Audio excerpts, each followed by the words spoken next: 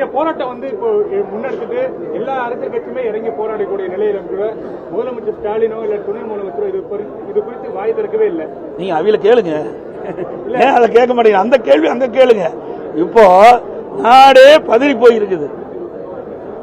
இன்றைக்கு பெண் குழந்தையை பெற்றெடுத்த ஒவ்வொரு குடும்பத்தை சேர்ந்த பெற்றோர்களும் கொதிப்படைந்திருக்கின்றார்கள். அண்ணா பல்கலைக்கழகம் என்பது ஒரு அடையாளம்.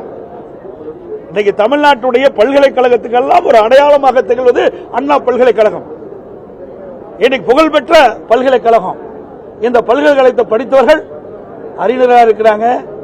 இன்றைக்கு இந்த நாட்டுக்கு வழிகாட்டியாக இருக்கக்கூடிய உயர்கல்வி படிக்கக்கூடிய பொறியியல் கல்வி படிக்கக்கூடிய மாணவ மாணவிகள் எல்லாம் ஒரு தரமான கல்வி மூலமாக அண்ணா பல்கலைக்கழகம் அடையாளம் காட்டப்பட்டது. அப்படிப்பட்ட பல்கலைக்கழகத்தில் ஒரு பெண் பாலியல் சீண்டலுக்கு உட்படுத்திட்டான்னு சொன்னா இந்த அரசாங்கம் என்ன செய்ய வேண்டும்? இந்த முதலமைச்சர் உரிய முறையில் நடவடிக்கை எடுக்க வேண்டும். எதையுமே சொல்லல. தப்பு இருக்குது, குற்ற உணர்வு இருக்குது. அதனாலதான் அவர்களால் பேச முடியல.